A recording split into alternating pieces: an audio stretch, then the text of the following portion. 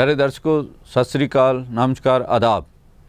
अज असी हरियाणा दे विच पंजाबियों की की हालत है, पंजाबी किवें अगाह वधू एक कम्यूनिटी है उत्थे पिछे क्यों जा रहे हैं, ये किस तरह की स्थिति बन रही है, उत्थे भाषा का की हालत है, तो उत्थे एक वक्री कमेटी का भी मामला बनता आया सीगा, वो किस स्थिति दे विच चल रहा है। इन्हां दोनों तिन्हां मामलों के उपर अज साडे नाल गलबात करन लई साडे प्रोफैसर सुदर्शन गासो जी साडे नाल ने, उन्हां दे नाल सीनियर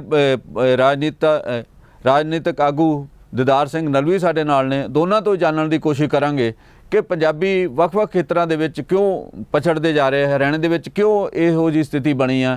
पहला मैं गासो साहब तुहाडे तो जानना चाहांगा भी क्यों ये स्थिति बनी है। इस जिहड़ी तुसीं जम्मू साहब सवाल किया है इस पंजाबी भाषा दा ते पंजाबियां दा एक तरह का उन्होंने हाशिए ते कहिए जां उन्होंने कहिए पिछे वो अपनी भूमिका तो रह रहे ने, उस दे बारे जिहड़ा सवाल है उहदा सवाल दा जिहड़ा पिछोकड़ है वो इस दे हिस्टोरीकल जिहड़ी वंड है पोलीटिकल वंड जिहड़ी हैगी आ उस दे विच पिया है। 1 नवंबर 1966 नूं हरियाणा बनिया, पंजाब तो अलग होया, उस वेले पंजाबी दी भाषा दी स्थिति इत्थे बहुत संतोषजनक सी। पंजाबी स्कूलों च पढ़ाई जाती सी, पंजाबी मन नाल पढ़ी जाती सी, ते वो वंड ने जिहड़ा हैगा साडी भाषा दे उत्ते भी असर पाया।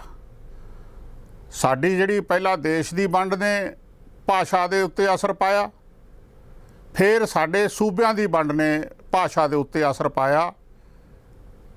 वो गल तां समझ आउंदी सी जदों अंग्रेज़ां ने सानू भाषा दे नाल जोड़ता। एक बहुत दुखांतक स्थिति देश दे विच पैदा हुई जदों भाषा नू एक जाति दे नाल धर्म दे नाल जोड़ दिता। वो गल तां समझ आउंदी सी कि अंग्रेज़ां दी नीति सी पाड़ो ते राज करो दी, ते हुण ते असीं आज़ाद हो गए हैं। दुख इस गल दा कि जदों असीं आज़ाद हो गए हैं उस तां असीं वो नीतियां नूं जिहड़ियां अंग्रेज़ां दीयां दित्तियां होईयां सी उन्हां नूं असीं बदल लईए, लेकिन वो बदलियां नहीं गईयां।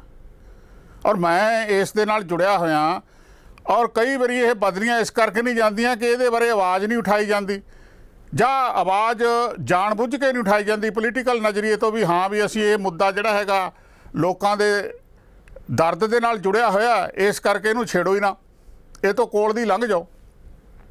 इस करके मैं जिहड़ी गल जम्मू साहब बेनती ये कर रहा कि पंजाबी दे नाल जिहड़ा वितकरा हो गया वो 66 तो शुरू हो गया, और इन्ना जबरदस्त हो गया कि शुरू दे विच तां जिहड़ा भगवत दयाल शर्मा जी ने कहा सी, जिहड़े मुख मंत्री सी उस वेले तत्काली, उन्होंने कहा सी कि पंजाबी की स्थिति इस तरह बरकरार रहूगी, ये नाल कोई हेर फेर नहीं किया जाएगा, ये दुर्भावना नाल व्यवहार नहीं किया जाएगा।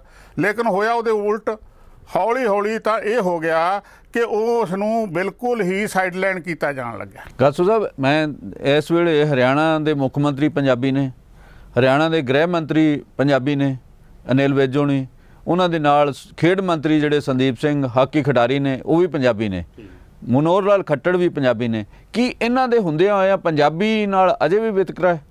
देखो गल ये हैगी है भी 3 चीज़ां मैं पहलां इन्हां दियां पॉजिटिव शुरू कर लवां। तिन्ने सज्जणां दियां तिन्ने जिहड़ियां शख्सियतां दे सूबा चला रही ने।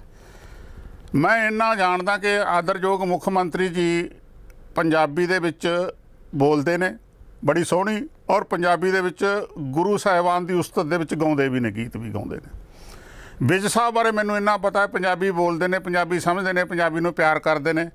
और गौरमेंट कॉलेज अंबाला कैंट दे विच जिहड़ी पंजाबी खलवाई गई बंसी लाल दे टाइम, वो विज साहब दे उस नाल खुलाई।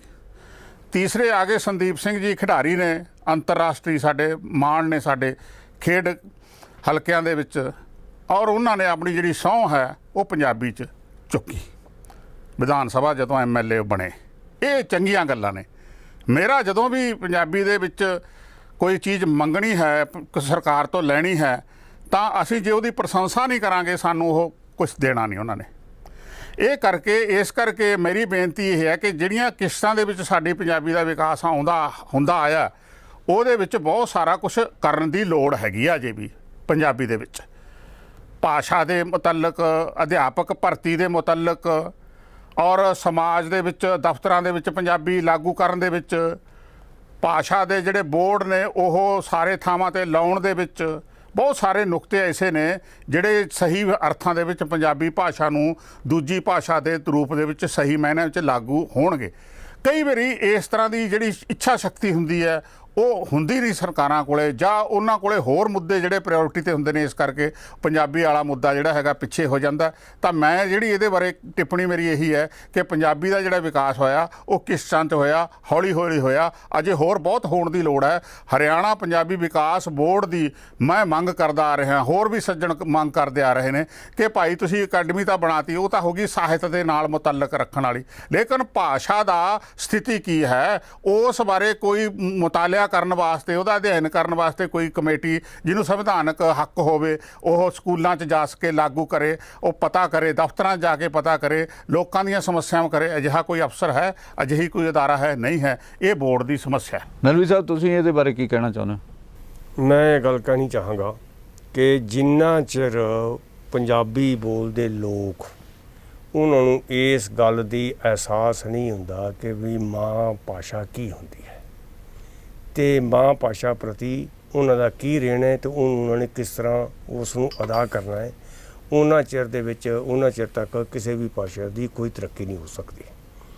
ਇਹ ਹਕੀਕਤ ਹੈ ਕਿ ਪੰਜਾਬ ਤੋਂ ਬਾਹਰ ਹਰਿਆਣਾ ਹਿੰਦੁਸਤਾਨ ਦਾ ਸਭ ਤੋਂ ਵੱਧ ਪੰਜਾਬੀ ਸਪੀਕਿੰਗ ਏਰੀਆ ਹੈ, ਔਰ ਇਸ ਗੱਲ ਦੇ ਬਾਵਜੂਦ ਉੱਥੋਂ ਦੇ ਲੋਕਾਂ ਵੱਲੋਂ ਲਹਿਰ ਬਣ ਕੇ ਅਜੇ ਤੱਕ ਨਹੀਂ ਆਈ। ਬੁੱਧੀਜੀਵੀ ਲੋਕ, ਪ੍ਰੋਫੈਸਰ ਸਾਹਿਬਾਨ, ਹੋਰ ਵਿਦਵਾਨ ਬੰਦੇ ਪੰਜਾਬੀ ਭਾਸ਼ਾ ਦੇ ਹੱਕ ਵਿੱਚ ਬੋਲਦੇ ਨੇ, ਆਮ ਆਦਮੀ ਅਜੇ ਤੱਕ ਨਹੀਂ ਬੋਲਦਾ। ਮਿਸਾਲ ਦੇ ਤੌਰ 'ਤੇ ਮੈਂ ਗੱਲ ਕਰਾਂ ਕਿ ਕੁਰੂਕਸ਼ੇਤਰ ਯੂਨੀਵਰਸਿਟੀ ਵਿੱਚ ਤਾਂ ਪੰਜਾਬੀ ਡਿਪਾਰਟਮੈਂਟ ਖੁੱਲ੍ਹ ਗਿਆ, ਪਰ ਚੌਧਰੀ ਦੇਵੀ ਲਾਲ ਯੂਨੀਵਰਸਿਟੀ ਵਿੱਚ ਪਿਛਲੇ 4.5 ਸਾਲ ਤੋਂ ਪਹਿਲੋਂ ਉੱਥੇ ਨਾ ਪੰਜਾਬੀ ਡਿਪਾਰਟਮੈਂਟ ਸੀ, ਨਾ ਹਿੰਦੀ ਡਿਪਾਰਟਮੈਂਟ ਸੀ ਤੇ ਨਾ ਹੀ ਸੰਸਕ੍ਰਿਤ ਡਿਪਾਰਟਮੈਂਟ ਸੀ। ਮੈਂ ਉੱਥੇ ਜਾ ਕੇ ਵਾਈਸ ਚਾਂਸਲਰ ਨੂੰ ਮਿਲਿਆ, ਰਜਿਸਟਰਾਰ ਨੂੰ ਮਿਲਿਆ। ਉਹ ਕਹਿਣ ਕੀ ਕਰੀਏ ਜੀ, ਸਾਨੂੰ ਕਹਿੰਦੇ ਨੇ ਕਿ ਫੰਡਸ ਨਹੀਂ ਗਏ, ਸਾਡੇ ਕੋਲ ਆ ਨਹੀਂ ਗਾ, ਅਤੇ ਉਹ ਕੋਈ ਹਰ ਸਰਕਾਰ ਜਿਹੜੀ ਨਾ ਕੋਈ ਬਹਾਨਾ ਡਾ ਦਿੰਦੀ ਹੈ। ਉਸ ਵਕਤ ਹਰਿਆਣੇ ਦੇ ਵਿੱਚ ਹੁੱਡਾ ਸਰਕਾਰ ਸੀ। ਮੈਂ ਹੁੱਡਾ ਸਾਹਿਬ ਨੂੰ ਮਿਲਿਆ, ਮੈਂ ਐਜੂਕੇਸ਼ਨ ਮਿਨਿਸਟਰ ਮੈਡਮ ਗੀਤਾ ਪੁੱਕਲ ਨੂੰ ਮਿਲਿਆ। ਉਹਨਾਂ ਨੂੰ ਗੱਲ ਪੁੱਛੀ ਵੀ ਇਸ ਗੱਲ ਦਾ ਕਾਰਨ ਕੀ ਹੈ। ਬਈ ਜੇ ਹਰਿਆਣੇ ਦੀ ਗੱਲ ਕਰੀਏ ਤਾਂ ਹਰਿਆਣੇ ਦੇ ਵਿੱਚ ਸਰਸਾ ਇੱਕ ਐਸਾ ਇਲਾਕਾ ਹੈ ਕਿ ਜਿੱਥੇ ਸਭ ਤੋਂ ਵੱਧ ਪੰਜਾਬੀ ਨੇ, ਅਤੇ ਉੱਥੇ ਫਿਰ ਵੀ ਪੰਜਾਬੀ ਜੇ ਯੂਨੀਵਰਸਿਟੀ 'ਚ ਨਹੀਂ ਹੈਗੀ ਅਤੇ ਫਿਰ ਪੰਜਾਬੀ ਦਾ ਭਵਿੱਖ ਕੀ ਹੋ ਸਕਦਾ ਅਤੇ ਕੀ ਗੱਲਬਾਤ ਹੋ ਸਕਦੀ ਹੈ। ਉਸ ਮੈਡਮ ਗੀਤਾ ਪੁੱਕਲ ਨੇ ਕਿਹਾ ਕਿ ਵੀ I will talk to the chief minister, ਮੈਨੂੰ ਇਹ ਗੱਲ ਤੁਹਾਡੀ ਮੇਰੀ ਦਿਮਾਗ ਦੇ 'ਚ ਪੈ ਗਈ ਹੈ ਅਤੇ ਮੈਂ ਪੂਰਾ ਯਤਨ ਕਰਾਂਗੀ ਕਿ ਇਸ ਗੱਲ ਬਾਰੇ ਮੈਂ ਕਾਰਵਾਈ ਕਰਾਂ। ਪਰ ਇਹ ਗੱਲਾਂ ਕੋਈ ਨਹੀਂ ਹੋਈਆਂ। ਫਿਰ ਮੈਂ ਟਾਈਮ ਐਂਡ ਅਗੇਨ ਮੈਂ ਗਵਰਨਰ ਸਾਹਿਬ ਨੂੰ ਮਿਲਿਆ ਅਤੇ ਇੱਕ ਦਫਾ ਉਹਨਾਂ ਨੇ ਮੈਨੂੰ ਚਿੱਠੀ ਰਾਹੀਂ ਇਹ ਗੱਲ ਦਾ ਸੂਚਨਾ ਦਿੱਤੀ ਕਿ ਵੀ ਮੈਂ ਸਰਕਾਰ ਨੂੰ ਕਹਿ ਦਿੱਤਾ ਅਤੇ ਛੇਤੀ ਤੋਂ ਛੇਤੀ ਇਹ ਖੁੱਲ੍ਹ ਜਾਏਗਾ। ਇਹਦੇ ਨਾਲ ਨਲਵੀ ਸਾਹਿਬ, ਇਹ ਹੁੱਡਾ ਸਰਕਾਰ ਨੇ ਪੰਜਾਬੀ ਭਾਸ਼ਾ ਨੂੰ ਦੂਜੀ ਭਾਸ਼ਾ ਦਾ ਦਰਜਾ ਦੇਣ ਦਾ ਐਲਾਨ ਕੀਤਾ ਸੀਗਾ। ਤੁਹਾਡਾ ਖਿਆਲ ਹੈ ਕਿ ਉਹ ਐਲਾਨ ਕਰਨ ਨਾਲ ਉਹ ਤੋਂ ਬਾਅਦ ਕੋਈ ਸਥਿਤੀ 'ਚ ਤਬਦੀਲੀ ਆਈ? ਦੇਖੋ, ਇੱਕ ਗੱਲ ਤਾਂ ਜ਼ਰੂਰ ਹੈ ਕਿ ਉਸ ਤੋਂ ਪਹਿਲੋਂ ਜਿਹੜੀਆਂ ਸਰਕਾਰਾਂ ਸਨ, ਜਿਵੇਂ ਚੌਧਰੀ ਬੰਸੀ ਲਾਲ ਦੀ ਸਰਕਾਰ ਹੈ, ਉਹਨਾਂ ਨੇ ਪੰਜਾਬੀ ਭਾਸ਼ਾ ਨੂੰ ਓਫੀਸ਼ੀਅਲ ਰਿਕੋਗਨੀਸ਼ਨ ਸਿਰਫ ਕੈਬਨਿਟ ਦੇ ਲੈਵਲ 'ਤੇ ਦਵਾਈ। ਜਿਸ ਵਕਤ ਉਸ ਤੋਂ ਬਾਅਦੋਂ ਚੌਟਾਲਾ ਸਾਹਿਬ ਦੀ ਸਰਕਾਰ ਆਈ ਤਾਂ ਚੌਟਾਲਾ ਸਾਹਿਬ ਨੇ ਇਸ ਗੱਲ ਦਾ ਬਿੱਲ ਪਾਸ ਕਰਵਾ ਲਿਆ ਅਸੈਂਬਲੀ ਵਿੱਚੋਂ, ਪਰ ਗਜ਼ਟ ਨੋਟੀਫਿਕੇਸ਼ਨ ਜਾਰੀ ਨਹੀਂ ਕੀਤਾ। ਇਸ ਗੱਲ ਦੀ ਵਜ੍ਹਾ ਕਰਕੇ ਉਹ ਜੋ ਕੁਛ ਵੀ ਗੱਲਬਾਤ ਸੀਗੀ ਉਹ ਲੈਪਸ ਹੋ ਗਈ।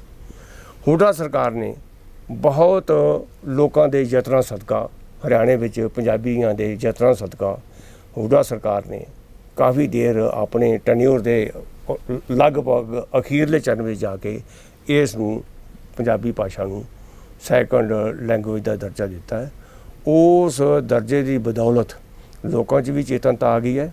ਮੈਂ ਕਈ ਪਿੰਡਾਂ ਵਿੱਚ ਜਾਣਾ, ਕਈ ਪਿੰਡਾਂ ਵਿੱਚ ਜਾ ਕੇ ਉੱਥੇ ਮੈਂ ਦੇਖਣਾ, ਔਰ ਮੈਂ ਅਧਿਆਪਕਾਂ ਨੂੰ ਮਿਲਣਾ, ਉਹ ਦੱਸਦੇ ਨੇ ਕਿ ਵੀ ਕੁਝ ਇੱਕ ਲੋਕ ਇਸ ਪੰਜਾਬੀ ਸਪੀਕਿੰਗ ਏਰੀਆ ਵਿੱਚ ਐਸੇ ਨੇ ਜਿਹੜੇ ਕਿਸੇ ਵੀ ਸੂਰਤ ਵਿੱਚ ਕਹਿੰਦੇ ਨੇ ਕਿ ਵੀ ਸਾਡੇ ਸਮਝ ਨਹੀਂ ਪੈਂਦੀ ਸੰਸਕ੍ਰਿਤ, ਅਸੀਂ ਸੰਸਕ੍ਰਿਤ ਨਹੀਂ ਲੈਣਾ। ਜਿਵੇਂ SC BC ਵਰਗ ਦੇ ਲੋਕੀ ਨੇ, ਖਾਸ ਕਰਕੇ ਮਾफ़ ਕਰਨਾ ਜੇ ਮੈਂ ਗੱਲ ਕਹਾਂ ਕਿ ਬਾਜੀਗਰ ਤਬਕੇ ਦੇ ਲੋਕ ਮੈਂ ਉਹਨਾਂ ਨੂੰ ਕੁਰਕਸ਼ੇਤਰ 'ਚ ਵੀ ਵੇਖਿਆ, ਮੈਂ ਬੂਲੇ 'ਚ ਵੀ ਵੇਖਿਆ, ਮੈਂ ਇੱਧਰ ਤਰਾਵੜੀ ਵਾਲੇ ਪਾਸੇ ਵੀ ਵੇਖਿਆ। ਉਹ ਸਾਰੇ ਦੇ ਸਾਰੇ ਜਿਹੜੇ ਬੱਚੇ ਨੇ ਦੇ ਪ੍ਰੈਫਰ ਪੰਜਾਬੀ।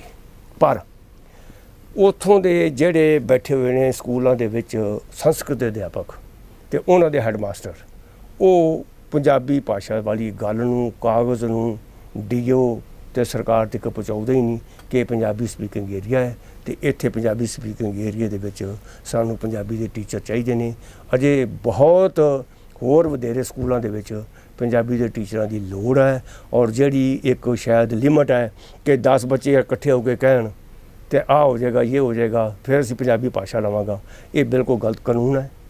ਇਹਦੀ ਥਾਂ ਦੇ ਉੱਤੇ ਜਿਹੜਾ ਹੈਗਾ ਨਾ ਕੋਈ ਕਿਸੇ ਕਿਸਮ ਦੀ ਪਾਬੰਦੀ ਨਹੀਂ ਹੋਣੀ ਚਾਹੀਦੀ ਅਤੇ ਜਿਹੜਾ ਜਦੋਂ ਬੱਚੇ ਕਹਿਣ ਤਾਂ ਉਹਨਾਂ ਨੂੰ ਪੰਜਾਬੀ ਦਾ ਟੀਚਰ ਮਿਲਣਾ ਚਾਹੀਦਾ ਹੈ। ਮੇਰੀ ਸੋਚ ਇਹ ਹੈ। ਔਰ ਉਹਨਾਂ ਚਿਰ ਤੱਕ ਜਿੰਨਾ ਚਿਰ ਤੱਕ ਇਹ ਕੰਮ ਨਹੀਂ ਹੁੰਦਾ ਉਹਨਾਂ ਚਿਰ ਤੱਕ ਪੰਜਾਬੀ ਭਾਸ਼ਾ ਦੀ ਪ੍ਰਫੁੱਲਤਾ ਨਹੀਂ ਹੋ ਸਕਦੀ। ਔਰ ਅਗਲੀ ਗੱਲ ਮੈਂ ਕਹਿਣੀ ਚਾਹਾਂਗਾ ਕਿ ਵੀ ਆਹ ਗੱਲਾਂ ਮੈਨੂੰ ਕੋਈ ਬਹੁਤੀਆਂ ਅਪੀਲ ਨਹੀਂ ਕਰਦੀਆਂ ਕਿ ਜੀ ਬਾਹਰ ਲਿਖ ਦਿੱਤਾ ਮਨੋਹਰ ਲਾਲ ਖੱਟਰ ਮੁੱਖ ਮੰਤਰੀ ਹਰਿਆਣਾ ਪੰਜਾਬੀ ਵਿੱਚ,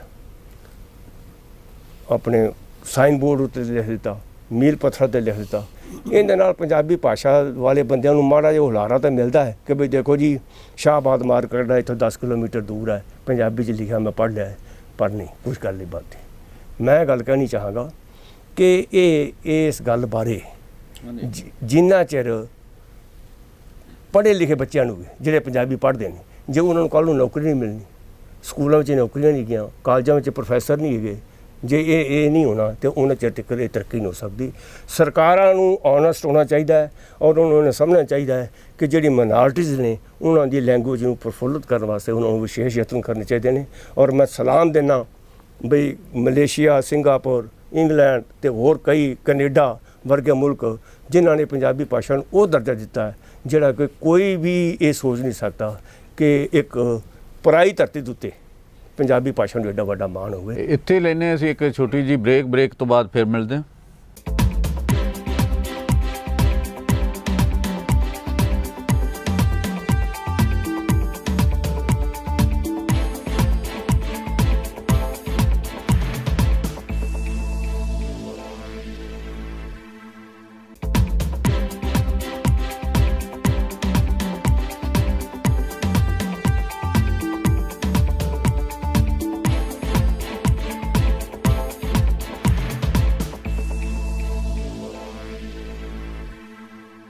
ਬ੍ਰੇਕ ਤੋਂ ਬਾਅਦ ਮੈਂ ਆਪਣੇ ਦਰਸ਼ਕਾਂ ਦਾ ਸਵਾਗਤ ਕਰਦਾ ਅਤੇ ਇਹਦੇ ਨਾਲ ਹੀ ਮੈਂ ਪ੍ਰੋਫੈਸਰ ਗਾਸੋ ਹੋਣਾ ਤੋਂ ਇਹ ਜਾਣਨਾ ਚਾਹਾਂਗਾ ਕਿ ਜਿਹੜੇ ਪੰਜਾਬੀ ਹੈ ਹਰਿਆਣੇ ਦੇ, ਉਹਨਾਂ ਦਾ ਇੱਕ ਹਿੱਸਾ ਤਗੜਾ ਮੈਨੂੰ ਇਸ ਗੱਲ ਦਾ ਤਜਰਬਾ ਹੈ ਕਿ ਉਹ ਆਪਣਾ ਪ੍ਰੈਸ ਨੋਟ ਜਦੋਂ ਕਿਤੇ ਕਾਨਫਰੰਸਾਂ ਵੀ ਪੰਜਾਬੀ ਦੀਆਂ ਕਰਨ, ਉਹ ਹਿੰਦੀ 'ਚ ਲਿਖਦੇ ਆ, ਹਿੰਦੀ ਬੋਲਣ ਲੱਗ ਪਏ ਹੌਲੀ ਹੌਲੀ। ਜੇ ਉਹ ਆਪ ਹੀ ਜਿਹੜੇ ਪੰਜਾਬੀ ਉੱਥੋਂ ਦੇ ਹਰਿਆਣੇ ਦੇ ਪੰਜਾਬੀ, ਉਹ ਪੰਜਾਬੀ ਨਹੀਂ ਬੋਲਦੇ, ਆਪਣਾ ਪ੍ਰੈਸ ਨੋਟ ਪੰਜਾਬੀ 'ਚ ਨਹੀਂ ਲਿਖਦੇ, ਕੀ ਉਹ ਪੰਜਾਬੀ ਨੂੰ ਕਿਵੇਂ ਵਿਕਾਸ ਹੋਏਗਾ? ਤੁਸੀਂ ਇਹਦੇ ਬਾਰੇ ਕੀ ਕਹਿਣਾ? ਨਹੀਂ, ਉਹ ਸਿਰਫ ਆਪਣਾ ਜੰਮੂ ਸਾਹਿਬ ਉਹ ਇਸ ਕਰਕੇ ਲਿਖਦੇ ਨੇ ਪ੍ਰੈਸ ਨੋਟ ਕਿ ਉਹਨਾਂ ਨੂੰ ਇਹ ਆ ਵੀ ਜਿਹੜਾ ਦੂਸਰੇ ਬੰਦੇ ਨੂੰ ਮੈਂ ਭੇਜ ਰਿਹਾ ਉਹ ਪੜ੍ਹ ਨਹੀਂ ਪਾਏਗਾ ਕਈ ਵਾਰ, ਔਰ ਇਸ ਕਰਕੇ ਕਿ ਜਿਹੜੇ ਦੂਸਰੇ ਬੰਦੇ ਨੂੰ ਐਡਰੈਸ ਕਰ ਰਿਹਾ ਮੈਂ ਆਪਣੀ ਐਪਲੀਕੇਸ਼ਨ, ਆਪਣੀ ਜਿਹੜੀ ਚੀਜ਼, ਇਸ ਕਿਸਮ ਦੀ ਮਾਨਸਿਕਤਾ ਬਣ ਜਾਂਦੀ ਹੈ। ਔਰ ਤੁਹਾਡੇ ਵਾਲੀ ਗੱਲ ਇਹਦੇ ਨਾਲ ਮੈਂ ਜਾਇਜ਼ ਵੀ ਠਹਿਰਾਉਣਾ ਕਿਉਂਕਿ ਉਹ ਇਸ ਕਰਕੇ ਹੋ ਗਿਆ ਕਿ ਪੰਜਾਬੀ ਨੂੰ ਉਤਸ਼ਾਹ ਜਦ ਦਿੱਤਾ ਹੀ ਨਹੀਂ ਗਿਆ। ਜੇ ਸਰਕਾਰੇ ਦੁਆਰੇ ਸਾਡੀ ਚਿੱਠੀ ਪੱਤਰੀ ਨੂੰ ਸਵੀਕਾਰ ਕੀਤਾ ਜਾਵੇ ਤਦ ਹੀ ਤਾਂ ਮੈਂ ਕਹਿ ਰਿਹਾ ਵਿਕਾਸ ਬੋਰਡ, ਇਹਨਾਂ ਦੀ ਗੱਲ ਵੀ ਠੀਕ ਆ, ਉਹ ਕਾਫੀ ਹੱਦ ਤੱਕ ਠੀਕ ਆ, ਲੇਕਿਨ ਉਹ ਵੀ ਹੋਣੀ ਚਾਹੀਦੀ ਆ, ਬੋਰਡ ਵੀ ਲਿਖੇ ਹੋਣੇ ਚਾਹੀਦੇ ਨੇ। ਸਾਡਾ ਪਿੰਡ ਦਾ ਜਿਹੜਾ ਕਿਸਾਨ ਹੈਗਾ, ਮਜ਼ਦੂਰ ਹੈਗਾ, ਉਹ ਤਾਂ ਪੰਜਾਬੀ ਪੜ੍ਹ ਸਕਦਾ ਥੋੜ੍ਹੀ ਬਹੁਤੀ, ਉਹਨੂੰ ਪਤਾ ਹੋਣਾ ਚਾਹੀਦਾ ਵੀ ਆਹ ਚੀਜ਼ ਦਫ਼ਤਰ ਇੱਥੇ DC ਦਾ ਦਫ਼ਤਰ ਹੈ, ਆਹ ਸ਼ਾਹਬਾਦ ਇੰਨੀ ਦੂਰ ਹੈ। ਉਹ ਹਿੰਦੀ ਨਹੀਂ ਪੜ੍ਹਦਾ, ਅੰਗਰੇਜ਼ੀ ਨਹੀਂ ਪੜ੍ਹਦਾ, ਸੰਸਕ੍ਰਿਤ ਨੇ ਪੜ੍ਹਨੀ ਕੀ ਹੈ। ਤਾਂ ਇਸ ਕਰਕੇ ਜਿਹੜੀ ਇਹ ਮਾਨਸਿਕਤਾ ਇਸ ਨੂੰ ਵੀ ਦੂਰ ਕਰਨ ਵਾਸਤੇ ਮੈਂ ਕਹਿ ਰਿਹਾ ਪੰਜਾਬੀ ਦੇ ਵਾਸਤੇ ਬਹੁਤ ਕੁਝ ਕਰਨ ਦੀ ਲੋੜ ਆ ਹਰਿਆਣੇ ਦੇ ਵਿੱਚ। ਪਰ ਇੱਕ ਇਹਦੇ 'ਚ ਨਾਲ ਹੀ ਹੈ ਵੀ ਹਰਿਆਣੇ ਦੇ ਜਿਹੜੇ ਪੰਜਾਬੀ ਨੇ ਉਹ ਬਹੁਤ ਵੱਖ-ਵੱਖ ਗਰੁੱਪਾਂ 'ਚ ਵੰਡੇ ਹੋਏ। ਮੇਰੇ ਖਿਆਲ 9 ਤੋਂ ਉੱਥੇ 8-9 ਸਭਾਵਾਂ ਹੋਣਗੀਆਂ ਪੰਜਾਬੀ ਦੀਆਂ, ਕੋਈ ਕਿਸੇ ਨਾਲ ਆ, ਕੋਈ ਕਿਸੇ ਨਾਲ। ਆਪਣੀ ਉਹਨਾਂ ਦੀ ਇੱਕ ਸੁਰਤਾ ਹੋਵੇ, ਜੇ ਇੱਕ ਸੁਰਤਾ ਹੋਵੇ ਉਹਦੇ ਨਾਲ ਗੱਲ ਬਿਹਤਰ ਬਣ ਸਕਦੀ ਹੈ। ਇਹ ਮੇਰੇ ਖਿਆਲ ਪਾਟੋ ਧਾੜ ਦਾ ਇਹ ਵੀ ਹੈਗਾ ਇੱਕ ਭਾਸ਼ਾ ਪ੍ਰਤੀ ਉਦਾਸੀਨਤਾ ਜਿਹੜੀ ਸਭ ਤੋਂ ਵੱਡੀ ਗੱਲ ਜਿਹੜੀ ਹੈਗੀ ਹੈ ਸਾਡੇ ਪੰਜਾਬੀ ਵੀਰਾਂ ਨੂੰ ਇਹ ਸਮਝਣੀ ਚਾਹੀਦੀ ਹੈ ਕਿ ਜਿਹੜੀ ਕਿਸੇ ਕੌਮ ਦੀ, ਕਿਸੇ ਲੋਕਾਂ ਦੀ ਤਰੱਕੀ ਵਾਸਤੇ, ਉਹਨਾਂ ਦੀ ਜਿਹੜੀ ਸੰਘਰਸ਼ ਵਾਸਤੇ ਜਿਹੜੀ ਸਭ ਤੋਂ ਵੱਡੀ ਚੀਜ਼ ਹੈ, ਜੋੜਨ ਵਾਸਤੇ, ਏਕੇ ਵਾਸਤੇ, ਉਹ ਭਾਸ਼ਾ ਹੁੰਦੀ ਹੈ। ਦੁਨੀਆ ਦੇ ਵਿੱਚ ਸਭ ਤੋਂ ਜਿਹੜੀ ਚੀਜ਼ ਜਿਹੜੀ ਹੈਗੀ ਆ ਉਹ ਜੋੜਨ ਵਾਸਤੇ ਭਾਸ਼ਾ ਸਭ ਤੋਂ ਵੱਡਾ ਜਿਹੜਾ ਸਾਧਨ ਹੈ। ਇਸ ਕਰਕੇ ਭਾਸ਼ਾ ਦੀ ਜਿਹੜਾ ਮਹੱਤਵ ਹੈਗਾ ਉਹ ਨਿਰਵਿਵਾਦ ਰੂਪ ਦੇ ਵਿੱਚ ਸਵੀਕਾਰ ਕੀਤਾ ਜਾਣਾ ਚਾਹੀਦਾ ਔਰ ਸਰਕਾਰ ਨੂੰ ਇਹ ਚਾਹੀਦਾ ਕਿ ਜਿਹੜੀਆਂ ਸਾਡੀਆਂ ਸਥਾਨਕ ਭਾਸ਼ਾਵਾਂ ਨੇ ਉਹ ਸਾਡੇ ਦੇਸ਼ ਦੀ ਤਰੱਕੀ ਵਾਸਤੇ, ਲੋਕਾਂ ਨੂੰ ਜੋੜਨ ਵਾਸਤੇ ਉਹੀ ਕੰਮ ਆ ਸਕਦੀਆਂ ਨੇ। ਸੰਸਕ੍ਰਿਤ ਜਿਹੜੀ ਹੈਗੀ ਆ ਉਸ ਦਾ ਡਿਊ ਦਿਓ, ਲੇਕਿਨ ਅਨਡਿਊ ਨਾ ਦਿਓ। ਉਸ ਨੂੰ ਉਹਨਾਂ ਨਾ ਉਹ ਕੀਤਾ ਜਾਵੇ, ਥੋਪਿਆ ਨਾ ਜਾਵੇ। ਉਹ ਜੇ ਲੋਕ ਲੈਂਦੇ ਆ ਕਿਤੇ ਲੈ ਲੈਣ। ਜਿੱਥੇ ਪੰਜਾਬੀ ਵਾਲਾ ਬਿਲਕੁਲ ਦਰੁਸਤ ਹੈਗਾ ਕਿ ਕਈ ਵਾਰ ਪੰਜਾਬੀ ਦੀ ਚਿੱਠੀ ਪੱਤਰੀ ਅੱਗੇ ਭੇਜੀ ਨਹੀਂ ਜਾਂਦੀ। ਮੈਂ ਬੋਰਡ ਦੀ ਗੱਲ ਇਸੇ ਕਰਕੇ ਕਰ ਰਿਹਾ, ਵਿਕਾਸ ਬੋਰਡ ਦੀ, ਕਿ ਤਾਂ ਕਿ ਸਾਨੂੰ ਪਤਾ ਤਾਂ ਲੱਗੇ। ਮੈਂ ਇੱਕ ਡੀਓ ਸਾਹਿਬ ਨਾਲ ਗੱਲ ਕੀਤੀ, ਉਹ ਮੈਨੂੰ ਪਰਦੇ 'ਚ ਕਹਿੰਦੇ ਜੀ ਗੱਲ ਇਹ ਹੈ ਵੀ ਮੈਂ ਬਹੁਤ ਸਾਰੇ ਥਾਂ ਤੋਂ ਸਕੂਲਾਂ ਤੋਂ ਸਰਵੇ ਕੀਤਾ ਕਿ ਜਿੱਥੇ ਹੈਗੇ ਉੱਥੇ ਪੰਜਾਬੀ ਦੇ ਅਧਿਆਪਕਾਂ ਦੀ ਲੋੜ ਹੈ, ਲੇਕਿਨ ਉਹ ਅੱਗੇ ਕਾਰਵਾਈ ਕਿਉਂ ਕਰੇ, ਕੌਣ ਕਰੇ? ਮੈਂ ਤਾਂ ਅਫਸਰ ਹਾਂ, ਇਸ ਕਰਕੇ ਕੋਈ ਅਫਸਰ। ਸੋ ਇਹ ਜਿਹੜੀ ਨੀਤੀ ਹੈਗੀ ਹੈ ਇਹਦੇ 'ਚ ਬਦਲਾਅ ਦੀ ਜ਼ਰੂਰਤ ਹੈਗੀ ਹੈ। ਪੰਜਾਬੀ ਜਿਹੜੀ ਹੈਗੀ ਹੈ ਨਿਸ਼ਚਿਤ ਰੂਪ ਦੇ ਵਿੱਚ ਹਿੰਦੀ ਤੋਂ ਬਾਅਦ ਦੂਸਰੀ ਵੱਡੀ ਭਾਸ਼ਾ ਹੈਗੀ ਹੈ। ਇਸ ਨੂੰ ਜਿਹੜੀ ਚੌਟਾਲਾ ਸਾਹਿਬ ਨੇ 1 ਦਸੰਬਰ 2004 'ਚ ਵਿਧਾਨ ਸਭਾ 'ਚ ਪਾਸ ਕੀਤਾ ਸੀ ਬਿੱਲ ਸਰਬਸੰਮਤੀ ਨਾਲ, ਉਹ ਇਸ ਕਰਕੇ ਨਹੀਂ ਨੋਟੀਫਿਕੇਸ਼ਨ ਹੋ ਸਕੀ ਸੀ ਕਿ ਉਸ ਤੋਂ ਬਾਅਦ ਇਲੈਕਸ਼ਨ ਆ ਗਏ, ਉਹ ਵਿਧਾਨ ਸਭਾ ਹੋਊਗੀ। ਉਸ ਤੋਂ ਬਾਅਦ ਹੁੱਡਾ ਸਾਹਿਬ ਨੇ ਉਹ ਕੀਤਾ 28 ਜਨਵਰੀ 2010 ਨੂੰ। ਹੁਣ ਉਹਨੂੰ ਲਾਗੂ ਕਰਨ ਦੀ ਲੋੜ ਹੈ, ਉਹਨੂੰ ਲੈਟਰ ਐਂਡ ਸਪਿਰਿਟ ਦੇ ਵਿੱਚ ਲਾਗੂ ਕਰਨ ਦੀ ਲੋੜ ਹੈ। ਪਤਾ ਹੈ ਉਸ ਦਿਨ ਚੰਡੀਗੜ੍ਹ ਪ੍ਰੈਸ ਕਲੱਬ ਦੇ ਵਿੱਚ ਫੰਕਸ਼ਨ ਹੋਇਆ ਸੀ ਜਿਹਦੇ ਵਿੱਚ ਅਨਾਉਂਸਮੈਂਟ ਕੀਤੀ ਗਈ ਸੀਗੀ, ਪਰ ਇਸ ਦੇ ਨਾਲ ਹੀ ਜਿਹੜਾ ਅਧਿਆਪਕ ਲਾਉਣ ਵਾਲਾ ਮਾਮਲਾ ਉਹ ਤਾਂ ਪੰਜਾਬੀ ਦੇ ਅਧਿਆਪਕ ਅਜੇ ਵੀ ਨਹੀਂ ਲੱਗ ਰਹੇ। ਪਿਛਲੇ ਸਮੇਂ ਹੁੱਡਾ ਸਾਹਿਬ ਨੂੰ ਵੀ ਕਈ ਜਿਹੜੇ ਡੈਪੂਟੇਸ਼ਨ ਆਉਂਦੇ ਰਹੇ ਵੀ ਇਹਨਾਂ ਸਕੂਲਾਂ ਦੇ ਵਿੱਚ ਮੰਗ ਹੈ, ਉਹਨਾਂ ਦੇ ਵਿੱਚ ਪੰਜਾਬੀ ਅਧਿਆਪਕ ਤਾਂ ਲੱਗੇ ਹੀ ਨਹੀਂ ਗੇ। ਮੈਂ ਬਿਲਕੁਲ ਤੁਹਾਡੇ ਨਾਲ ਸਹਿਮਤ ਹਾਂ, ਸਕੂਲਾਂ ਦੇ ਵਿੱਚ ਨਹੀਂ ਲੱਗੇ ਹੈਗੇ। ਔਰ ਫਿਰ ਬੀਐਡ ਜਿਹੜੇ ਕਾਲਜ ਨੇ ਉਹਨਾਂ ਦੇ ਵਿੱਚ ਕੋਈ ਟੀਚਰ ਨਹੀਂ ਹਰਿਆਣੇ ਦੇ ਕਿਸੇ, ਕਿੰਨੇ ਬੀਐਡ ਦੇ ਕਾਲਜ ਹੈਗੇ ਨੇ। ਯੂਨੀਵਰਸਿਟੀਆਂ ਦੇ ਵਿੱਚ ਜਿਹੜੀ ਹੈਗੀ ਆ ਤੁਹਾਡੀ ਯੂਨੀਵਰਸਿਟੀ ਦੇਵੀ ਲਾਲ ਦੀ ਇਹਨਾਂ ਨੇ ਕੀਤੀ, ਰੋਹਤਕ ਯੂਨੀਵਰਸਿਟੀ ਦੇ ਵਿੱਚ ਦਿਆਲ ਚੰਦ ਮਿਗਲਾਨੀ ਸਾਡੇ ਰਾਸ਼ਟਰੀ ਲੈਵਲ ਦੇ ਕਵੀ ਹੋਏ ਨੇ, ਹਰਿਆਣੇ ਦੀ ਧਰਤੀ ਦੇ ਰੋਹਤਕ ਦੇ ਨਿਵਾਸੀ ਹੋਏ, ਉੱਥੇ ਪੰਜਾਬੀ ਡਿਪਾਰਟਮੈਂਟ ਨਹੀਂ। ਬਾਬਾ ਫਰੀਦ ਜੀ, ਅਸੀਂ ਹਾਂਸੀ ਫੰਕਸ਼ਨ ਕੀਤਾ ਪੰਜਾਬੀ ਅਕੈਡਮੀ ਨੇ, ਬਾਬਾ ਫਰੀਦ ਜੀ ਉੱਥੇ ਹਾਂਸੀ ਦੇ ਵਿੱਚ ਆਪਣੀ ਤਪੱਸਿਆ ਕਰਦੇ ਰਹੇ ਔਰ ਗੁਰੂ ਗ੍ਰੰਥ ਸਾਹਿਬ ਦੇ ਵਿੱਚ ਅਸੀਂ ਉਹਨਾਂ ਦੀ ਬਾਣੀ ਦੇ ਅੱਗੇ ਸੀਸ ਝੁਕਾਉਂਦੇ ਹਾਂ ਬਾਬਾ ਫਰੀਦ ਜੀ ਦੀ। ਤੇ ਸਾਡੇ ਹਰਿਆਣੇ ਦੇ ਵਿੱਚ ਐਡਾ, ਔਰ ਗੁਰੂ ਸਾਹਿਬਾਨ ਦੀ ਚਰਨ ਛੋਹ ਪ੍ਰਾਪਤ ਨੇ ਸਾਡੀ ਇਹ ਧਰਤੀ ਹਰਿਆਣੇ ਦੀ, ਜਿੱਥੇ ਗੁਰੂ ਨਾਨਕ ਦੇਵ ਜੀ, ਗੁਰੂ ਅਰਜਨ ਦੇਵ ਜੀ, ਗੁਰੂ ਤੇਗ ਬਹਾਦਰ ਜੀ, ਗੁਰੂ ਗੋਬਿੰਦ ਸਿੰਘ ਜੀ ਤੇ ਨਾਨਕੇ ਸਨ, ਲਖਨੌਰ ਸਾਹਿਬ। ਤਾਂ ਇਸ ਚੀਜ਼ ਨੂੰ ਅਸੀਂ ਆਪਣੇ ਵਿਰਸੇ ਨੂੰ ਕਿਉਂ ਇਗਨੋਰ ਕਰ ਰਹੇ ਹਾਂ? ਜਦੋਂ ਅਸੀਂ ਭਾਸ਼ਾ ਨੂੰ ਇਗਨੋਰ ਕਰਦੇ ਹਾਂ, ਅਸੀਂ ਆਪਣੇ ਵਿਰਸੇ ਨੂੰ ਇਗਨੋਰ ਕਰਦੇ ਹਾਂ, ਅਸੀਂ ਆਪਣੇ ਫਿਊਚਰ ਨੂੰ ਇਗਨੋਰ ਕਰਦੇ ਹਾਂ। ਇਸ ਕਰਕੇ ਇਹ ਮੈਂ ਇੱਕ ਗੱਲ ਬੇਨਤੀ ਜ਼ਰੂਰ ਕਰਦਾ ਕਿ ਜਿਹੜੀ ਵੀ ਕੋਈ ਸਰਕਾਰ ਆਉਂਦੀ ਹੈ, ਜੇ ਉਹ ਪੰਜਾਬੀ ਦੇ ਵਿਕਾਸ ਵਾਸਤੇ ਕੰਮ ਕਰਦੀ ਹੈ, ਜੇ ਨਹੀਂ ਕਰਦੀ ਹੈ ਤਾਂ ਵੀ ਉਸ ਦਾ ਮੁਲਾਂਕਣ ਜਿਹੜਾ ਹੈ ਆਉਣ ਵਾਲਾ ਸਮਾਂ ਕਰੇਗਾ। ਇਸ ਕਰਕੇ ਮੇਰੀ ਬੇਨਤੀ ਹੈ ਕਿ ਸਰਕਾਰਾਂ ਨੂੰ ਸਮੇਂ ਰਹਿੰਦੇ, ਜਦੋਂ ਉਹਨਾਂ ਕੋਲ ਪਾਵਰ ਹੈ, ਜਦੋਂ ਉਹਨਾਂ ਕੋਲ ਸ਼ਕਤੀ ਹੈ, ਉਹ ਇਸ ਚੀਜ਼ ਦਾ ਸਦਉਪਯੋਗ ਕਰਨ ਔਰ ਜਿਹੜੀਆਂ ਚੀਜ਼ਾਂ ਕਮੀਆਂ ਭਾਸ਼ਾ ਦੇ ਵਿਕਾਸ ਵਾਸਤੇ ਰਹਿ ਰਹੀਆਂ ਨੇ ਉਹਨਾਂ ਨੂੰ ਬਾਦਸਤੂਰ ਪੂਰਾ ਕਰਨ। ਨਲਵੀ ਸਾਹਿਬ, ਮੈਂ ਤੁਹਾਡੇ ਤੋਂ ਜਾਣਨਾ ਚਾਹੁੰਦਾ ਵੀ ਸ਼੍ਰੋਮਣੀ ਗੁਰਦੁਆਰਾ ਪ੍ਰਬੰਧਕ ਕਮੇਟੀ ਨੇ ਪੰਜਾਬ ਦੇ ਵਿੱਚ ਬਹੁਤ ਸਾਰੇ ਵਿਦਿਅਕ ਅਦਾਰੇ, ਸਕੂਲ ਵੀ ਬਣਾਏ ਆ, ਕਾਲਜ ਤੇ ਸਕੂਲ ਬਣਾਏ। ਹਰਿਆਣੇ ਦੇ ਵਿੱਚ ਸਕੂਲ ਬਣਾਉਣ ਦੇ ਵਿੱਚ ਕਿਉਂ ਧਿਆਨ ਨਹੀਂ ਦਿੱਤਾ ਗਿਆ? SGPC ਨੇ ਕਿਉਂ ਨਹੀਂ ਇਹ ਕੰਮ ਕੀਤਾ? ਹੁਣ ਤਾਂ ਚਲੋ ਵੱਖਰੀ ਕਮੇਟੀ ਦਾ ਰੇੜਕਾ ਹੈਗਾ, ਉੱਥੋਂ ਦੀ ਵੱਖਰੀ ਕਮੇਟੀ ਬਣੀ ਆ, ਸੁਪਰੀਮ ਕੋਰਟ ਦੇ ਵਿੱਚ ਕੇਸ ਹੈ, ਉਹਦਾ ਕਦੋਂ ਫੈਸਲਾ ਹੋਏਗਾ ਉਹ ਤਾਂ ਅੱਗੇ ਜਾ ਕੇ ਪਤਾ ਲੱਗੇਗਾ, ਪਰ SGPC ਨੇ ਕਿਉਂ ਹਰਿਆਣੇ ਨੂੰ ਇਹ ਇਗਨੋਰ ਕੀਤਾ? 1925 ਤੋਂ ਲੈ ਕੇ 1966 ਤੱਕ ਸ਼੍ਰੋਮਣੀ ਗੁਰਦੁਆਰਾ ਪ੍ਰਬੰਧਕ ਕਮੇਟੀ ਦਾ ਰੋਲ ਮੌਜੂਦਾ ਹਰਿਆਣੇ ਦੀ ਟੈਰੀਟਰੀ ਵਿੱਚ ਕੀ ਰਿਹਾ ਹੈ ਉਸ ਬਾਰੇ ਤਾਂ ਮੈਨੂੰ ਗਿਆਨ ਨਹੀਂ ਹੈਗਾ, ਪਰ 1966 ਤੋਂ ਲੱਗ ਕੇ ਅੱਜ ਦੀ ਤਰੀਕ ਤੱਕ ਮੈਂ ਇਹ ਗੱਲ ਸੁਨਿਸ਼ਚਿਤ ਤੌਰ 'ਤੇ, ਕਿਉਂਕਿ ਹੱਡੀ ਹੰਡਾਈ ਇਹ ਗੱਲ ਕਹਿ ਸਕਦਾ ਕਿ ਜਿਹੜੀ ਸ਼੍ਰੋਮਣੀ ਗੁਰਦੁਆਰਾ ਪ੍ਰਬੰਧਕ ਕਮੇਟੀ ਹੈ ਉਹ ਹਰਿਆਣੇ ਦੇ ਗੁਰਦੁਆਰਾ ਸਾਹਿਬਾਨ ਨੂੰ ਆਪਣੀ ਇੱਕ ਕਲੋਨੀ ਸਮਝਦੀ ਹੈ ਔਰ ਉਹਨਾਂ ਦੀ ਜਿਹੜੀ ਐਟੀਟਿਊਡ ਹੈ ਹਰਿਆਣੇ ਦੇ ਗੁਰਦੁਆਰਾ ਸਾਹਿਬਾਨ ਪ੍ਰਤੀ, ਪੰਜਾਬੀ ਭਾਸ਼ਾ ਪ੍ਰਤੀ, ਉੱਥੋਂ ਦੀ ਸੰਗਤ ਪ੍ਰਤੀ, ਉਹ ਅੰਗਰੇਜ਼ਾਂ ਨਾਲੋਂ ਵੀ ਮਾੜਾ ਹੈ ਔਰ ਉਹ ਇੱਥੋਂ ਦੇ ਲੋਕਾਂ ਨੂੰ, ਇੱਥੋਂ ਦੀ ਨਹੀਂ, ਅੰਗਰੇਜ਼ਾਂ ਨਾਲ ਕਿਵੇਂ ਮਾੜਾ ਹੋ ਗਿਆ? ਉਹ ਮੀਰੀ ਪੀਰੀ ਕਾਲਜ ਉਹਨਾਂ ਖੋਲਿਆ, ਮੈਂ ਲੈਟ ਮੀ ਆਨਸਰ। ਅੰਗਰੇਜ਼ਾਂ ਨੇ, ਮੈਂ ਪਿਛਲੇ ਦਿਨਾਂ 'ਚ ਪਾਕਿਸਤਾਨ ਗਿਆ ਸਾਂ ਤੇ ਮੈਂ ਉੱਥੇ ਚੌਥੀ ਜਮਾਤ ਤੱਕ ਉਸ ਸਕੂਲ ਵਿੱਚ ਪੜ੍ਹਿਆ ਤੇ ਉੱਥੇ ਪਾਕਿਸਤਾਨ ਜਿਸ ਵਕਤ ਮੈਂ ਗਿਆ ਤੇ ਮੈਨੂੰ ਉੱਥੋਂ ਦੇ ਲੋਕਾਂ ਨੇ ਦੱਸਿਆ, ਮੈਂ ਆਪਣੇ ਪਿੰਡ ਦੇ ਸਕੂਲ ਵੀ ਗਿਆ, ਮੈਨੂੰ ਉੱਥੋਂ ਦੇ ਲੋਕਾਂ ਨੇ ਦੱਸਿਆ ਕਿ ਜਿਹੜੇ ਇੱਥੇ 4 ਕਮਰੇ ਹੈਗੇ ਸਨ ਉਹ ਹੀ ਹੈਗੇ ਨੇ, ਇਸ ਤੋਂ ਬਾਅਦ ਕੁਛ ਨਹੀਂ ਹੋਇਆ। ਜੇ ਅੰਗਰੇਜ਼ ਉਸ ਵਕਤ ਮੇਰੇ ਛੋਟੇ ਜਿਹੇ ਪਿੰਡ ਵਿੱਚ ਸਕੂਲ ਖੋਲ੍ਹ ਸਕਦੇ ਨੇ, ਅੰਗਰੇਜ਼ਾਂ ਨੇ ਹਰ ਥਾਂ ਤੇ ਸਕੂਲ ਖੋਲ੍ਹੇ, ਕਾਲਜ ਖੋਲ੍ਹੇ, ਲਾਈਨਾਂ ਬਣਾਈਆਂ, ਨਹਿਰਾਂ ਬਣਾਈਆਂ, ਉਹਨਾਂ ਨੇ ਉਹ ਕੰਮ ਕੀਤਾ। ਮੈਂ ਕੋਈ ਅੰਗਰੇਜ਼ਾਂ ਦੇ ਗੁਣ ਗਾਉਣ ਵਾਲਾ ਬੰਦਾ ਨਹੀਂ ਹੈਗਾ, ਪਰ ਜੋ ਉਹਨਾਂ ਨੇ ਵਿਕਾਸ ਦੇ ਕੰਮ ਕੀਤੇ ਉਹਨਾਂ ਨੂੰ ਭੁਲਾਇਆ ਵੀ ਨਹੀਂ ਜਾ ਸਕਦਾ।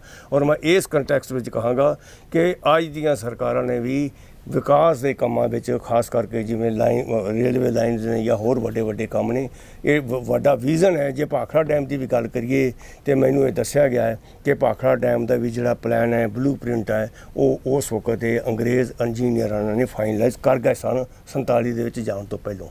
ਤਾਂ ਗੱਲ ਇਹ ਹੈ ਕਿ ਜਿਹੜਾ ਸ਼੍ਰੋਮਣੀ ਗੁਰਦੁਆਰਾ ਪ੍ਰਬੰਧਕ ਕਮੇਟੀ ਦਾ ਰੋਲ ਹੈ, ਉਹਨੇ ਕਦੀ ਵੀ ਉੱਥੋਂ ਦੇ ਗੁਰੂ ਘਰ ਦੀ ਤਰੱਕੀ ਲਈ ਕਦੀ ਵੀ ਨਹੀਂ ਸੋਚਿਆ। ਮੈਨੂੰ ਇਸ ਗੱਲ ਦਾ ਪੱਕਾ ਪਤਾ ਹੈ ਕਿ ਜਿਹੜਾ 6ਵੀਂ ਪਾਤਸ਼ਾਹੀ ਗੁਰਦੁਆਰਾ ਕੁਰੂਕਸ਼ੇਤਰ ਹੈ, ਉਹ ਇੱਕ ਉੱਚੇ ਜਿਹੇ ਟਿੱਬੇ ਉੱਤੇ ਇੱਕ ਕਮਰੇ ਵਿੱਚ ਸੀਗਾ। ਉੱਥੇ ਜਿਹੜਾ ਅੱਜ ਦਾ ਮੌਜੂਦਾ ਗੁਰਦੁਆਰਾ ਹੈ, ਜੋ ਕੁਝ ਵੀ ਕੰਮਕਾਰ ਹੈਗਾ, ਉਹ ਉੱਥੋਂ ਦੀ ਲੋਕਲ ਸਿੱਖ ਸੰਗਤ ਨੇ ਕੀਤਾ ਹੈ ਔਰ ਕਾਰ ਸੇਵਾ ਵਾਲੇ ਬਾਬਿਆਂ ਨੇ ਕੀਤਾ ਹੈ। ਤੇ ਸਿਰ ਦੇ ਉੱਤੇ ਟੋਕਰੀਆਂ ਢੋ ਕੇ ਸਾਰਾ ਸਭ ਕੁਝ ਜੋ ਏਡੇ ਵੱਡੇ ਸ਼ਾਹੀ ਸਥਾਨ ਕਾਇਮ ਕੀਤੇ ਨੇ ਗੁਰੂ ਘਰ ਦੀ ਯਾਦ ਵਿੱਚ, ਉਹ ਉੱਥੋਂ ਦੇ ਲੋਕਾਂ ਦੀ ਕਾਰਵਾਈ ਹੈ। ਜੇ ਹੁਣ ਅੱਜ ਆਮਦਨ ਵੱਧ ਹੁੰਦੀ ਹੈ ਤਾਂ ਜਿੰਨੀ ਆਮਦਨ ਹੈ ਉਹ ਇਸ ਵਕਤ ਸਾਰੀ ਦੀ ਸਾਰੀ ਉਹ ਹਰਿਆਣੇ ਵਿੱਚੋਂ ਲੈ ਕੇ ਤੇ ਉਹ ਉਧਰ ਜਾ ਕੇ ਲਾ ਰਹੇ ਨੇ। ਉਹਨਾਂ ਨੇ ਇੱਥੇ ਕੋਈ ਵੀ ਕਿਸੇ ਕਿਸਮ ਦਾ ਸਕੂਲ ਨਹੀਂ ਪਰ ਐਸਜੀਪੀਸੀ ਦੇ ਉਹ ਤਾਂ ਕਹਿੰਦੇ ਵੀ ਅਸੀਂ ਜਿਹੜਾ ਬਹੁਤ ਥੋੜੇ ਪੈਸੇ ਉੱਥੋਂ ਲਿਆਉਂਦੇ, ਬਹੁਤੇ ਉੱਥੇ ਹੀ ਲਾ ਦਿੰਦੇ। ਮੈਂ ਇਸ ਗੱਲ ਬਾਰੇ ਤੁਹਾਨੂੰ ਇਹ ਗੱਲ ਦੱਸ ਦੇਣੀ ਚਾਹਾਂਗਾ ਕਿ ਜਿਹੜਾ ਸਨ 2020 ਤੇ 2021 ਦਾ ਵਿੱਤੀ ਸਾਲ ਦਾ ਸ਼੍ਰੋਮਣੀ ਗੁਰਦੁਆਰਾ ਪ੍ਰਬੰਧਕ ਕਮੇਟੀ ਦਾ ਬਜਟ ਤਿਆਰ ਕੀਤਾ, ਹਾਂਜੀ, ਉਹਦੇ ਆਧਾਰ ਉੱਤੇ ਮੈਂ ਇਹ ਗੱਲ ਕਹਿਣੀ ਚਾਹਾਂਗਾ ਕਿ ਜਦੋਂ ਸੁਪਰੀਮ ਕੋਰਟ ਦੇ ਵਿੱਚ ਬਾਦਲ ਸਾਹਿਬ ਨੇ ਸ਼੍ਰੋਮਣੀ ਗੁਰਦੁਆਰਾ ਪ੍ਰਬੰਧਕ ਕਮੇਟੀ ਨੇ ਸਾਡੇ ਵਿਰੁੱਧ ਉੱਥੇ ਕੇਸ ਦਾਇਰ ਕੀਤਾ ਸੀਗਾ, ਤਾਂ ਸੁਪਰੀਮ ਕੋਰਟ ਨੇ 2 ਆਰਡਰ ਦਿੱਤੇ ਸਨ ਕਿ ਇੱਕ ਗੁਰਦੁਆਰੇ ਦੇ ਕਬਜ਼ੇ ਦੇ ਸੰਬੰਧੀ ਸਟੇਟਸ ਕੋ ਹੈ ਤੇ ਦੂਜਾ ਦੋਵੇਂ ਕਮੇਟੀਆਂ ਆਪਣਾ ਵੱਖਰਾ ਬੈਂਕ ਅਕਾਊਂਟ ਖੋਲ੍ਹਣਗੀਆਂ ਤੇ ਆਪੋ ਆਪਣੇ ਪੈਸੇ ਜਿਹੜੇ ਨੇ ਉਸ ਅਕਾਊਂਟ ਵਿੱਚ ਪਾਉਣਗੀਆਂ, ਪੁਰਾਣੇ ਅਕਾਊਂਟ ਨਾਲ ਰਲ ਕੱਢ ਨਹੀਂ ਕਰਨਗੀਆਂ, ਤਾਂ ਜੋ ਜਦੋਂ ਵੀ ਕਿਸੇ ਧਿਰ ਦੇ ਵਿੱਚ ਹੱਕ ਦੇ ਵਿੱਚ ਫੈਸਲਾ ਹੁੰਦਾ ਹੈ ਤਾਂ ਉਹਨਾਂ ਦੀ ਜਿਹੜੀ ਅਮਾਨਤ ਹੈ ਉਹ ਉਸ ਧਿਰ ਨੂੰ ਦਿੱਤੀ ਜਾ ਸਕੇ ਆਸਾਨੀ ਨਾਲ। ਪਰ ਸ਼੍ਰੋਮਣੀ ਗੁਰਦੁਆਰਾ ਪ੍ਰਬੰਧਕ ਕਮੇਟੀ ਦਾ ਬਜਟ ਆਪਣੇ ਆਪ ਇਹ ਦੱਸਦਾ ਹੈ ਕਿ ਉਹਨਾਂ ਨੇ ਕੋਈ ਅਕਾਊਂਟ ਨਹੀਂ ਖੋਲ੍ਹਿਆ ਔਰ ਜਿੰਨੀ ਵੀ ਸਾਰੀ ਦੀ ਸਾਰੀ ਹਰਿਆਣੇ ਦੀ ਆਮਦਨ ਹੈ ਉਹਨੂੰ ਐਕਸਪੈਂਡੀਚਰ ਭਾਗ ਵਿੱਚ ਪਾ ਕੇ ਸ਼੍ਰੋਮਣੀ ਆਪਣੇ ਜਿਹੜੇ ਹਰਿਆਣੇ ਦੇ ਗੁਰਦੁਆਰੇ ਨੇ ਪਾ ਕੇ ਤੇ ਉਹ ਸਾਰੀ ਦੀ ਸਾਰੀ ਜਿਹੜੀ ਰਕਮ ਹੈ ਉਹ ਉਧਰ ਲੈ ਕੇ ਜਾ ਰਹੀ ਹੈ। 6 ਸਾਲਾਂ ਦੇ ਵਿੱਚ 69 ਕਰੋੜ ਰੁਪਏ ਦੀ ਰਕਮ ਉਧਰ ਜਾ ਚੁੱਕੀ ਹੈ।